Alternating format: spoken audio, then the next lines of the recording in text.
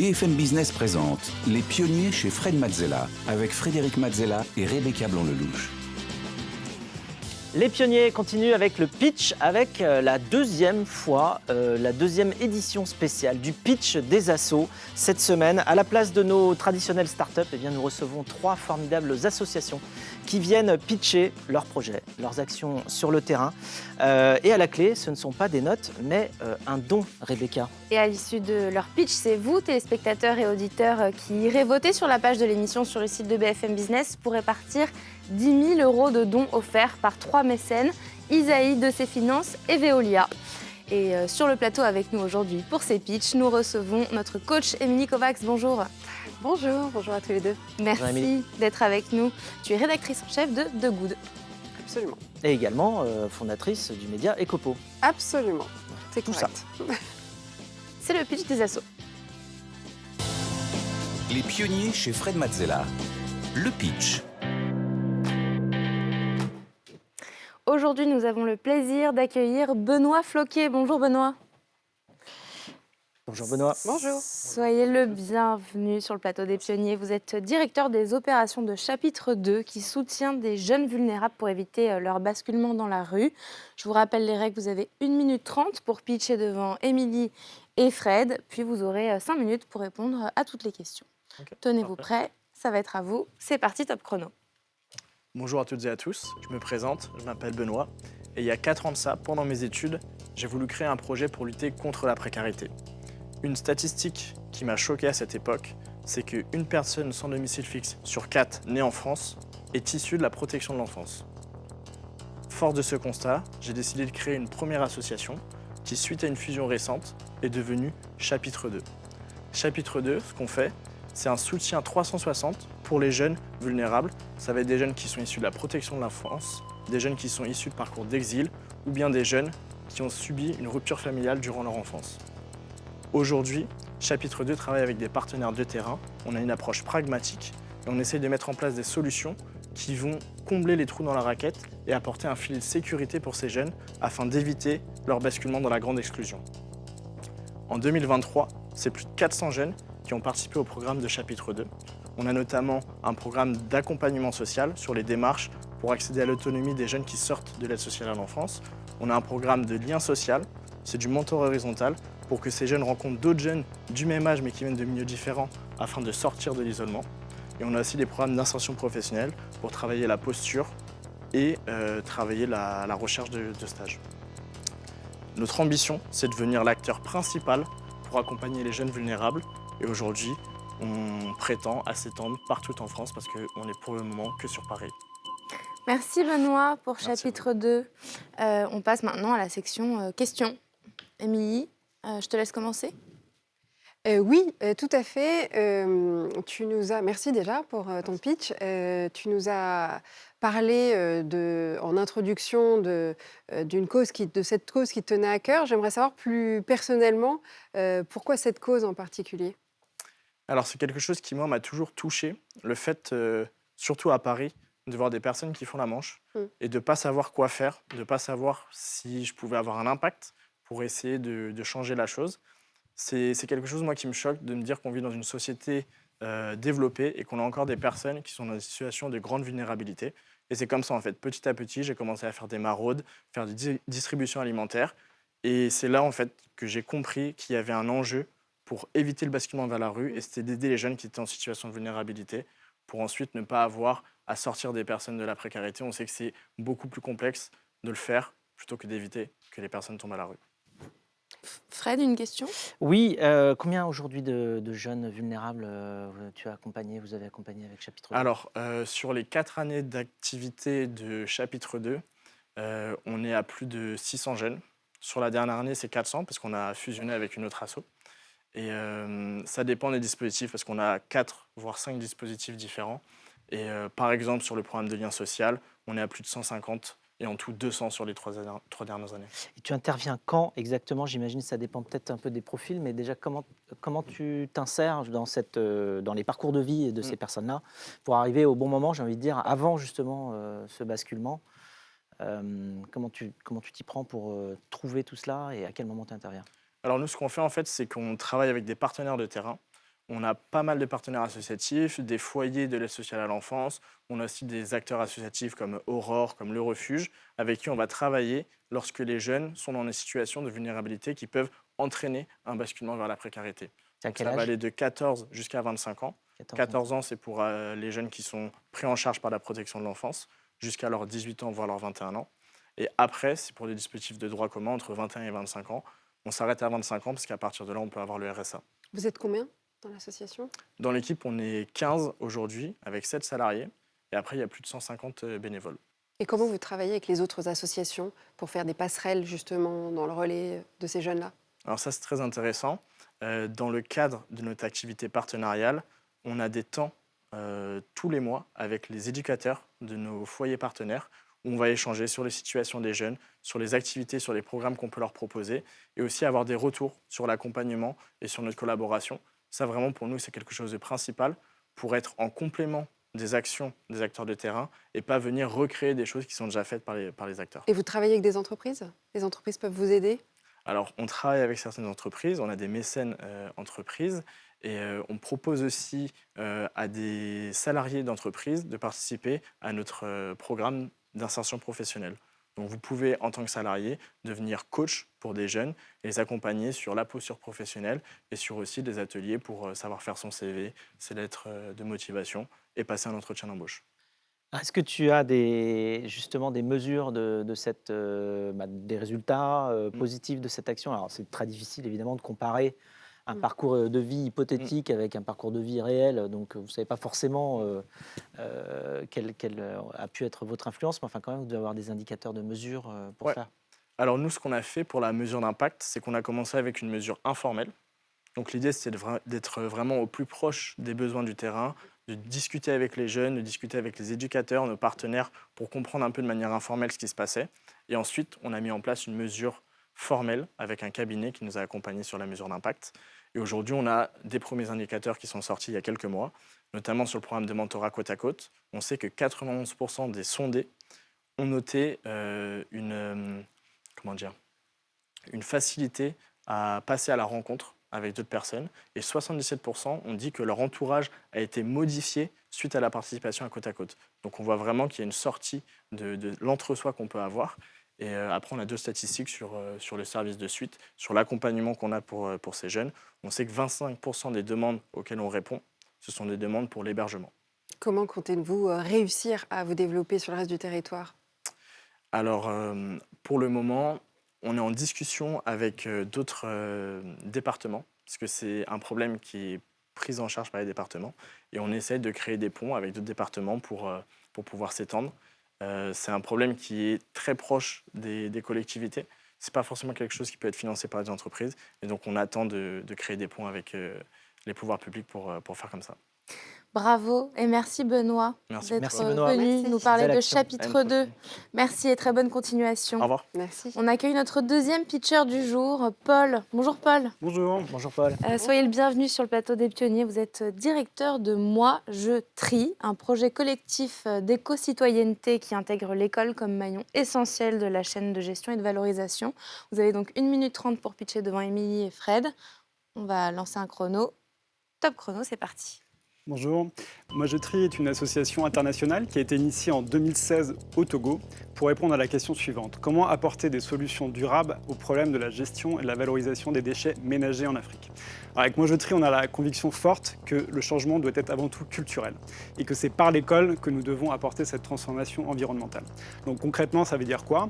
Nous mettons en place des programmes de sensibilisation dans les écoles. Nous impliquons les enfants dans des programmes de tri à la source, de valorisation de biodéchets par exemple. Une fois sensibilisés, ce sont en fait les enfants qui ont la mission d'aller expliquer à leurs parents, porter le changement dans les familles et dans les communautés, et avec un argument qui est de dire nous valorisons les déchets et la valeur économique créée vient financer des projets sociaux dans les écoles. Donc Moi je trie, c'est d'abord une pédagogie par l'action, rendue possible par le rôle éducateur de l'enfant. Donc progressivement, on est devenu en fait aussi un développeur de solutions innovantes dans les territoires, en élargissant l'écosystème territorial avec des communes. Donc on accompagne les communes dans la mise en place de filières de valorisation. Et on a aussi des programmes de formation et d'insertion professionnelle pour les métiers de l'économie circulaire. En quelques mots, moi je trie, c'est faire la démonstration au quotidien que en fait, le déchet est plus qu'un déchet, qui peut être aussi un facteur d'innovation sociale, d'éducation à l'éco-citoyenneté et d'inclusion. Donc nous avons impliqué 132 000 élèves depuis le démarrage dans nos programmes et l'ambition c'est de le porter à 1 million dans les prochaines années. Merci Paul pour le pitch. Est-ce que vous avez des questions, cher coach? Oui, alors moi Oui. je trouve ça formidable. Au niveau justement, en plus il y a une forme d'inversion de pédagogie, puisque de ce que j'ai compris, ce sont les enfants qui ramènent les nouvelles méthodes aussi dans le foyer. Donc c'est vraiment de l'éducation qui passe par les enfants et qui remonte aussi vers les générations d'avant. C'est absolument génial. En termes de manière de s'étendre à l'international, donc là vous avez parlé du pays dans lequel vous avez démarré, mais comment vous comptez pouvoir répliquer cela, à quel endroit et à quelle vitesse? Alors j'imagine qu'il faut des fonds, hein, donc, mais on est aussi là pour ça. Ouais. Alors, on a commencé au Togo donc en 2016. On a réussi à répliquer le modèle en 2020 en Côte d'Ivoire. Donc, on a des équipes là-bas depuis ce moment-là. On a créé un siège en France et en 2024, on va répliquer une nouvelle fois les modèles au Sénégal.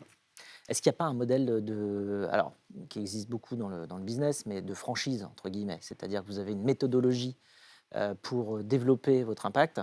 Est-ce qu'il y aurait un moyen d'aller mobiliser des équipes un petit peu partout dans le monde en leur donnant simplement cette méthodologie-là, en leur disant, bon, voilà, quand vous faites ça, ça marche et ça donne tel résultat? D'autant plus que ce que je comprends, c'est que votre financement, il ne doit pas venir uniquement des mécènes. Vous avez aussi un modèle de revalorisation des déchets. Donc ça, c'est très important. Enfin, c'est même toute la base de l'économie circulaire, hein, dans un autre domaine. Parce que si on ne peut pas revaloriser ce qu'on a transformé, forcément, on n'arrive pas à financer l'activité de retransformation elle-même. Mais vous avez un modèle comme ça, donc c'est quand même extrêmement vertueux.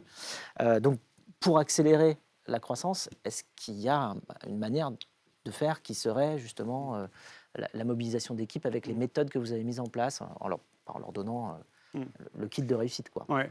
Alors, peut-être prendre le deuxième partie de la question, qui est le modèle économique. Donc, on a dans notre ADN, effectivement, une question vraiment concrète d'économie. C'est-à-dire qu'on va vendre des déchets, on va vendre à des prix de marché, etc. Donc, ça, c'est ancré en nous et ça permet quand même de déjà réfléchir à la suite. C'est-à-dire qu'on a ce business model, on a des partenaires, etc. Donc, ça, c'est un premier élément. Après, on a un modèle économique un peu hybride. On a du financement, effectivement, qui est de la philanthropie, du mécénat. Et également, on commence à développer une deuxième partie du modèle économique qui est nos propres prestations de services et notre propre financement, en tout cas, qu'on va vendre à des entreprises, soit sur la formation, soit sur des prestations de services dans la gestion des déchets. Donc, en tout cas, on est en train d'évoluer vers un modèle qui est beaucoup plus hybride qu'au démarrage. Et ça nous permet déjà d'avoir quelques éléments qui nous permettent cette réplication. Et ensuite, effectivement, notre premier élément pour répliquer, c'est d'avoir déjà un modèle extrêmement précis, cadré. C'est un peu la base quand même de la franchise. Et aujourd'hui, on est en train quand même de finaliser ces dernières briques, mais aujourd'hui, on pense qu'on a en tout cas un modèle qui nous permet d'avoir d'être un intégrateur d'écosystème territorial vraiment, et cette capacité de travailler d'abord avec des écoles, des collectivités, des acteurs économiques, et de pouvoir effectivement répliquer ça. Après, la question, c'est comment répliquer sous forme de franchise. On est tout à fait ouvert, en tout cas, à cette réflexion-là. L'important, c'est de garder, en tout cas, cette qualité, cette intégrité qui fait la singularité de Moi Je Trie. Vous êtes combien? Alors, aujourd'hui, on est 35. D'accord. Au Togo, donc à Lomé et dans quelques villes secondaires, à Abidjan, et on est en train de commencer actuellement au Sénégal. Et puis on a aussi plusieurs coopératives qui sont directement affiliées à Moi Je Trie. On a une vingtaine de personnes, donc au total on est à peu près 55 personnes qui sont financées en termes de création d'emplois par Moi Je Trie. Et alors pourquoi vous avez commencé par le Togo en particulier? Alors c'est une histoire d'une rencontre, hein, puisque ça a été fondé par un franco-togolais en 2016. Moi je suis arrivé un petit peu après dans le projet, et donc c'est son pays aussi. Ça s'est fait comme ça. Et moi je suis arrivé quand j'étais en Côte d'Ivoire. Donc tout ça est une histoire de rencontre finalement, et ça se suit en tout cas par des histoires singulière. D'accord. Et donc là, quels sont vos projets pour vous étendre? Est-ce que vous avez des pays que vous ciblez plus prioritairement, j'allais dire, que d'autres? Ouais, il y a le Sénégal qui fait partie de 2024, donc la priorité. Ensuite, c'est effectivement l'Afrique de l'Ouest et l'Afrique centrale pour la suite, mais on va avoir encore un petit peu de temps. Et puis, nous, on se positionne sur l'Afrique subsaharienne de manière générale. le but, c'est qu'on trouve aussi cet équilibre, ne pas se brûler les ailes, parce que c'est beaucoup. Enfin, on a parlé de sensibilisation, etc., mais en fait, c'est une vraie logistique derrière. On était en train de calculer, depuis le démarrage, c'est 10 000 collectes dans les écoles qui ont été faites, 1200 sensibilisations. Donc, voilà, il faut aussi comprendre qu'on a toute une logistique opérationnelle. On a des centres de tri, on fait de la formation d'insertion dans des centres de tri dans les communes. Donc, on a une capacité de déploiement, en tout cas, qu'il faut en tout cas maîtriser en termes d'opération. Donc voilà pour les prochaines échéances. Et puis il y a aussi une question de diversification de nos projets. Donc on a beaucoup parlé des écoles. Aujourd'hui, on s'est lancé sur un projet notamment de lancement d'une filière de valorisation de déchets électroniques, qui est un vrai sujet aujourd'hui, notamment sur les problématiques d'accès à l'énergie en Afrique, qui sont particulièrement importantes. Bravo et merci Paul pour Moi je trie. Merci d'avoir été avec nous. Merci beaucoup, Paul. Merci à vous. Aujourd'hui. Et enfin, on accueille notre troisième pitcher du jour, Édouard Delbande. Bonjour. Bonjour à tous les trois. Merci d'être sur le Bonjour, plateau des Pionniers. Vous êtes directeur général délégué de Bibliothèques sans frontières qui favorise l'accès des populations vulnérables à l'éducation, à la culture et à l'information partout dans le monde. Exactement. Vous avez donc 1 minute 30 pour pitcher devant Fred et Émilie avec un chrono. Top chrono, c'est parti. Alors, est-ce que vous savez combien de temps on passe en moyenne dans un camp de réfugiés ? 17 ans. 17 ans pendant lesquels, quand vous êtes un enfant, vous n'avez souvent pas accès à une éducation de qualité, il n'y a aucune forme de divertissement. C'est face à ce constat terrible que Bibliothèques sans frontières a créé, il y a 10 ans, l'IDS Box. L'IDS Box, c'est une médiathèque mobile et connectée, designée par Philippe Stark, qui permet de créer en moins de 20 minutes un centre éducatif et culturel qui peut accueillir jusqu'à 50 personnes. Alors qu'est-ce qu'on trouve dans cette box ? On trouve des livres, bien sûr, mais aussi des tablettes, des ordinateurs, des jeux de société, du matériel créatif et même un cinéma. L'objectif, c'est de créer, dans les contextes les plus difficiles, un lieu où les gens peuvent créer, apprendre et construire leur avenir. Aujourd'hui, on s'est rendu compte qu'on pouvait avoir un impact énorme dans plein d'autres situations que les camps de réfugiés. On en a plus de 160 des box dans 25 pays. On en a en Ukraine, qui servent d'école dans des zones détruites. On en a en Afghanistan pour permettre aux filles de continuer à apprendre malgré l'interdiction des talibans.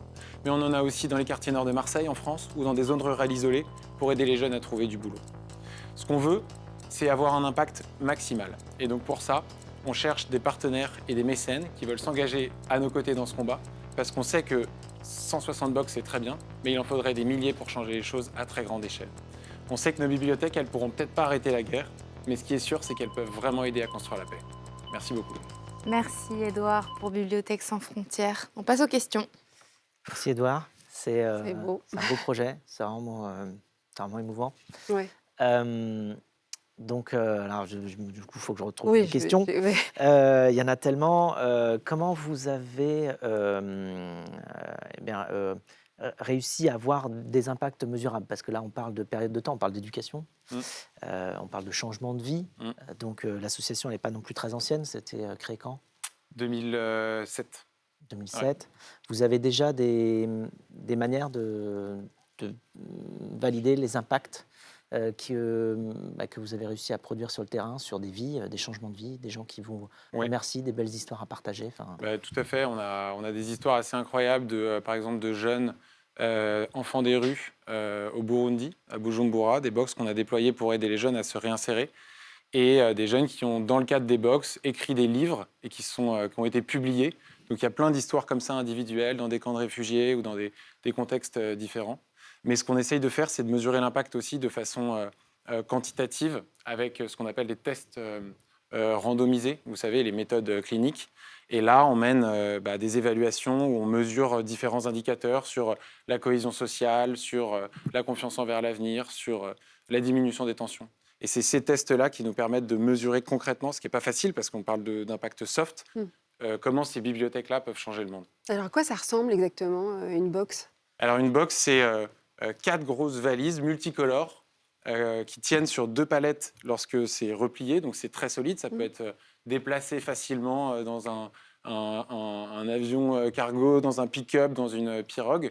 Et en fait, vous avez tout à l'intérieur, donc vous la déployez et ça va créer ce centre avec plusieurs modules, un module cinéma, un module bibliothèque, un module ordinateur et tablette, et un module administration. Donc tout est à l'intérieur, c'est ça qui rend l'outil facile d'usage. Et comment vous les accompagnez, du coup, les utilisateurs de cette box? Vous êtes combien déjà en tout? Et est-ce qu'il y a à chaque fois quelqu'un pour accompagner les personnes? Oui.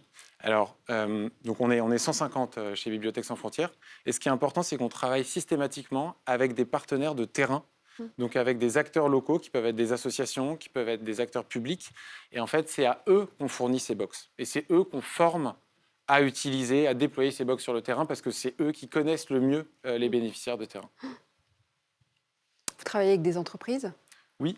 Bien c'est ça, sûr. j'ai entendu votre appel Ouais. de partenariat. Comment est-ce que vous travaillez avec elles et comment elles peuvent vous aider? Alors, il y a plusieurs formats. On a créé des formats d'engagement de collaborateurs où on invite des collaborateurs à venir nous aider à trier des livres parce qu'on collecte aussi des centaines de milliers de livres par an en France. Donc, on a un super centre de collecte à Épône, dans les Yvelines, où les entreprises peuvent nous envoyer des groupes de collaborateurs pour nous aider à trier les bouquins. Et ensuite, il y a plein de formats d'engagement sur du mécénat de compétences notamment. Fred, une autre question? Oui, je ne sais pas, j'ai envie de dire comment on peut vous aider autrement que justement en sensibilisant, en aidant les entreprises à collecter des livres et en vous finançant pour les entreprises qui ont envie de vous soutenir. Oui, tout à fait. Alors, évidemment, les téléspectateurs vont pouvoir voter ensuite, là, ici, dans cette émission, mais qu'est-ce qu'on peut faire d'autre? Il y a évidemment des dons individuels, hein, c'est assez clé. Des dons de livres. On organise chaque année, fin septembre, début octobre, dans toutes les FNAC de France, une grande collecte de livres pour Bibliothèques sans frontières. Et ensuite, évidemment, engagez votre entreprise dans l'aventure. Voilà. D'autres questions, Fred? Je te sens ému. Ouais, tu te rends compte. Enfin, t'as vu c'est beau. Émilie? Très beau aussi. Ouais, je suis très touchée. Merci beaucoup Édouard d'être venu nous parler de Bibliothèques sans frontières et puis très belle continuation. On a vu 3 projets très beaux, tu vois, donc là c'est l'accumulation de 3 très beaux projets, on est en fin d'émission. Et donc effectivement l'émotion est montée en fin d'émission. Ouais. Je vois ça. Les livres, ça parle à tout le monde. Ouais. Merci. Bravo, merci. Merci Édouard. Merci à tous nos pitchers de s'être prêtés à l'exercice et de nous avoir présenté ces très belles associations. C'est désormais à vous, téléspectateurs et auditeurs, de voter et répartir le budget de 10 000 € entre chacune de ces assos. Ça ne va pas être facile. Et pour cela, scannez le QR code qui s'affiche sur votre écran. Vous pouvez aussi nous retrouver sur la page des pionniers sur le site de BFM Business dans la rubrique « Votez pour votre association préférée ». Merci Émilie, on se retrouve très bientôt dans une prochaine émission. Et on remercie à nouveau nos mécènes, Isaïe, De Ses Finances et Veolia pour leur générosité. Merci beaucoup, merci à tous. Vous l'avez compris, c'est d'autant plus important d'aller sur le site aujourd'hui et d'aller voter pour l'association qui vous a le plus ému. On ne peut pas voter pour les 3 d'un coup, je vous préviens tout de suite. Il va falloir choisir, ça va être dur. Et en tout cas, on sera ravis d'accueillir aussi d'autres associations sur le plateau dans le pitch des assos bientôt. Et quant à nous, on se dit à la semaine prochaine. Merci Émilie, merci Rebecca. Merci. Les pionniers chez Fred Mazzella sur BFM Business.